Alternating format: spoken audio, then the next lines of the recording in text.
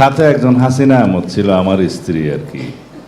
আমাদেরও একটা হাসিনা থাকার কারণে কিছু বিপদ হয়েছে মাঝে মধ্যে। কিন্তু এমন হবে যে আমরা যেখানে মহিলা সিটের আসন মনোনয়ন দিলাম সেই জায়গায় হয়তো আরেকটা দল একটা স্ট্রং একজন পুরুষ ক্যান্ডিডেট দিল। এইরকম অসম কম্পিটিশন হইতে, কারণ এই বিষয়টা আমরা যা দেখতে পাচ্ছি এখানে ঐকমত্য হওয়ার সম্ভাবনা খুবই কম। 400 সীমানা নির্ধারণের মধ্য দিয়ে যখন আসন হবে তখন কম্পালশনও থাকবে যে 100 সিট নারীদের জন্য সরাসরি মনোনয়ন দিতে হবে, সরাসরি প্রতিদ্বন্দ্বিতা, তখন আর রিজার্ভের বিষয়টা থাকবে না। 2008 সালে সর্বশেষ নির্বাচন, যেহেতু 2014 সালের এই নির্বাচনগুলোকে আমরা স্বীকার করি না, 18 করি না, 2024 করি না, 2008 সালে বলি। ওমেন রিপ্রেজেন্টেশন ইন পার্লামেন্ট হলো বিরোধী দলে 3 জন ডাইরেক্ট ইলেকশনে। আমি পরে যে রিজার্ভ সিটে আসছে তাদের কথা বলছি না। তা আমাদের এখানে বিরোধী দলে আমাদের নেত্রী, দেশনেত্রী বেগম খালেদা জিয়া, সাথে একজন হাসিনা আহমদ ছিল আমার স্ত্রী আর কি। আমাদেরও একটা হাসিনা থাকার কারণে কিছু বিপদ হয়েছে মাঝে মধ্যে। তো আরেকজন হলো আমাদের ভাই স্থায়ী কমিটির সদস্য জনাব ইকবাল হাসান মাহমুদ টুকুর, মিসেস রুমানা ভাবি। পজিশনে আওয়ামী লীগের এখানেও 3 জনের বেশি আমি চোখে দেখি না। একজন হচ্ছে তৎকালীন প্রধানমন্ত্রী, তারপরে উপনেতা সাজদা চৌধুরী এবং মতিয়া চৌধুরী, আরেকজন আসে 4 জন। তো অসংখ্য জিতে গেছে 4 জন, তো হইতে পারে। তো 3:4 এটা ওই নাম্বারের তুলনায় প্রপোর্শনেট হলো না আর কি।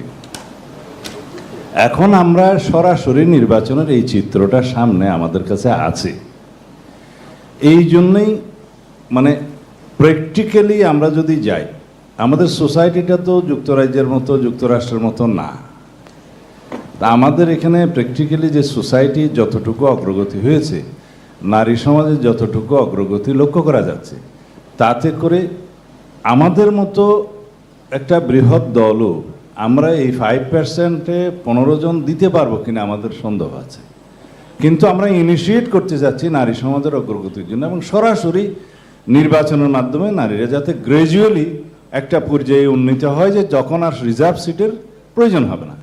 তো এটা এই জন্যই 5%-এর প্রয়োজন আমরা স্বতঃপ্রণোদিতভাবেই প্রস্তাবটা করেছিলাম। এখানে কোনো আইনি বাধ্যবাধকতা নেই।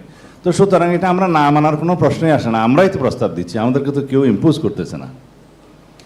দ্বিতীয় হলো, সংসদে অ্যামেন্ডমেন্ট নেওয়ার সময় যে 10% যে প্রস্তাবটা আমরা দিয়েছি, যে 10% আসবে আউট অফ 300 সিটের মধ্যে 30 জন, কিন্তু ওই রিজার্ভ সিট 50টা বহাল রেখে এই 30টা হলে 80টা যায়। কিন্তু ওই 30 জনের মধ্যে কয়জন পার্লামেন্টে আসতে পারবে সেটা অনিশ্চিত। হয়তো একটা মাইনর সংখ্যা হয়তো আসবে। সেই জন্য যখন আমরা 100টা নমিনেশন দিতে পারবো, সেই দিনও দেখা যাবে 100টার থেকে হয়তো 50 জন ইলেক্টেড হয়ে আসতে নাও পারে, দিবে। কিন্তু এমন হবে যে আমরা যেখানে মহিলা সিটের আসন মনোনয়ন দিলাম সেই জায়গায় হয়তো আরেকটা দল একটা স্ট্রং একজন পুরুষ ক্যান্ডিডেট দিল। এইরকম অসম কম্পিটিশন হইতে পারে। সেই জন্য ডাউট থেকে যাবে যে 100 সিট যখন আমরা মনোনয়ন দিলাম তখন ওখান থেকে কতজন আসবে। সুতরাং ইন অল কেসেস যতদিন পর্যন্ত আমরা 100টাতে উন্নীত না হতে পারতেছি, এইভাবে যেমন আপনাদের প্রস্তাবটা এটা সুন্দর যে গ্র্যাজুয়ালি 5% করে বাড়াতে হবে, ততদিন পর্যন্ত রিজার্ভটা থাক। কিন্তু এইখানে একটা প্রস্তাব যেটা অ্যামেন্ডেড বললাম, যে ততদিন পর্যন্ত 100 সিট না আসা পর্যন্ত সরাসরি নির্বাচনে রিজার্ভ সিট থাকবে। যেদিন রিচ করে গেলাম আমরা 100-তে, সেদিন ডিলিমিটেটেড এরিয়া হইতে হবে 400। এখন তো ডিলিমিটেটেড আছে 300 আর 50টা রিজার্ভ হলে 350। তখন ইনফ্যাক্ট প্র্যাকটিক্যালি 350 হলে এটাতে ডিলিমিটেটেড না। সেই জন্য 400 সীমানা নির্ধারণের মধ্য দিয়ে যখন আসন হবে তখন কম্পালশনও থাকবে যে 100 সিট নারীদের জন্য সরাসরি মনোনয়ন দিতে হবে, সরাসরি প্রতিদ্বন্দ্বিতা, তখন আর রিজার্ভের বিষয়টা থাকবে না। কিন্তু সেই টাইম লিমিটটা আমরা এখানে ওপেন রাখি ততদিন পর্যন্ত দিয়ে। কারণ আমরা তো জানি না যে পার্লামেন্ট কিভাবে, কতদিন, কখন শেষ হবে, অকস্মাৎ শেষ হতে পারে। তারপরে আছে তো পার্লামেন্টারি টাইপ অফ গভর্নমেন্টের বিষয়, এগুলো আছে।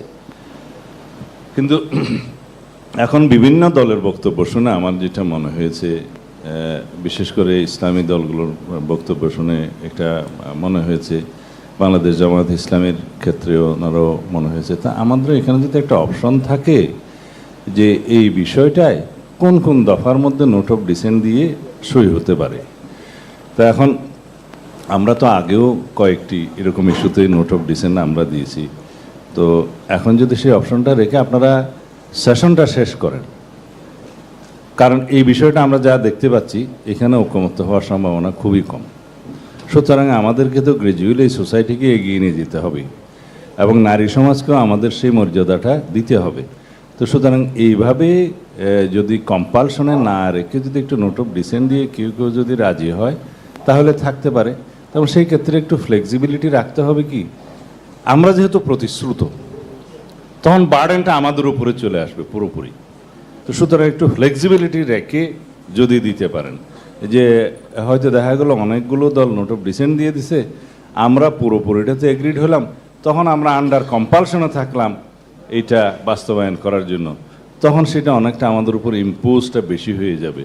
তো সুতরাং একটু এই ল্যাঙ্গুয়েজটাও দেখবেন আর কি। আমাদের আন্তরিকতার কোনো ঘাটতি নাই, আমরা চাই 100 আসন বৃদ্ধিতে, মানে 50 থেকে 100 হোক। আমরা চাই গ্রাজুয়ালি সরাসরি ইলেকশনের মধ্যে দিয়ে সেই স্টেজে যাই, এবং সেটা আমাদের অফার। এবং সেই পরিস্থিতিতে উন্নতি হইতে গেলে এক লাফেও যেও যাওয়া যাবে না, সেটাও বাস্তবায়ন। সব কিছু মাথায় রেখে ল্যাঙ্গুয়েজটা যদি ওইভাবে সাজান এবং আলাপটা যদি এখানে শেষ করে নোট অফ ডিসেন্টেরও একটা প্রভিশন রাখেন, আর আমাদের উপরও যাতে একদম বাধ্যবাধকতা না আসে, সেই ক্ষেত্রে সেটাও একটু লক্ষ্য রেখে ল্যাঙ্গুয়েজটা ঠিক করেন আর কি। ধন্যবাদ।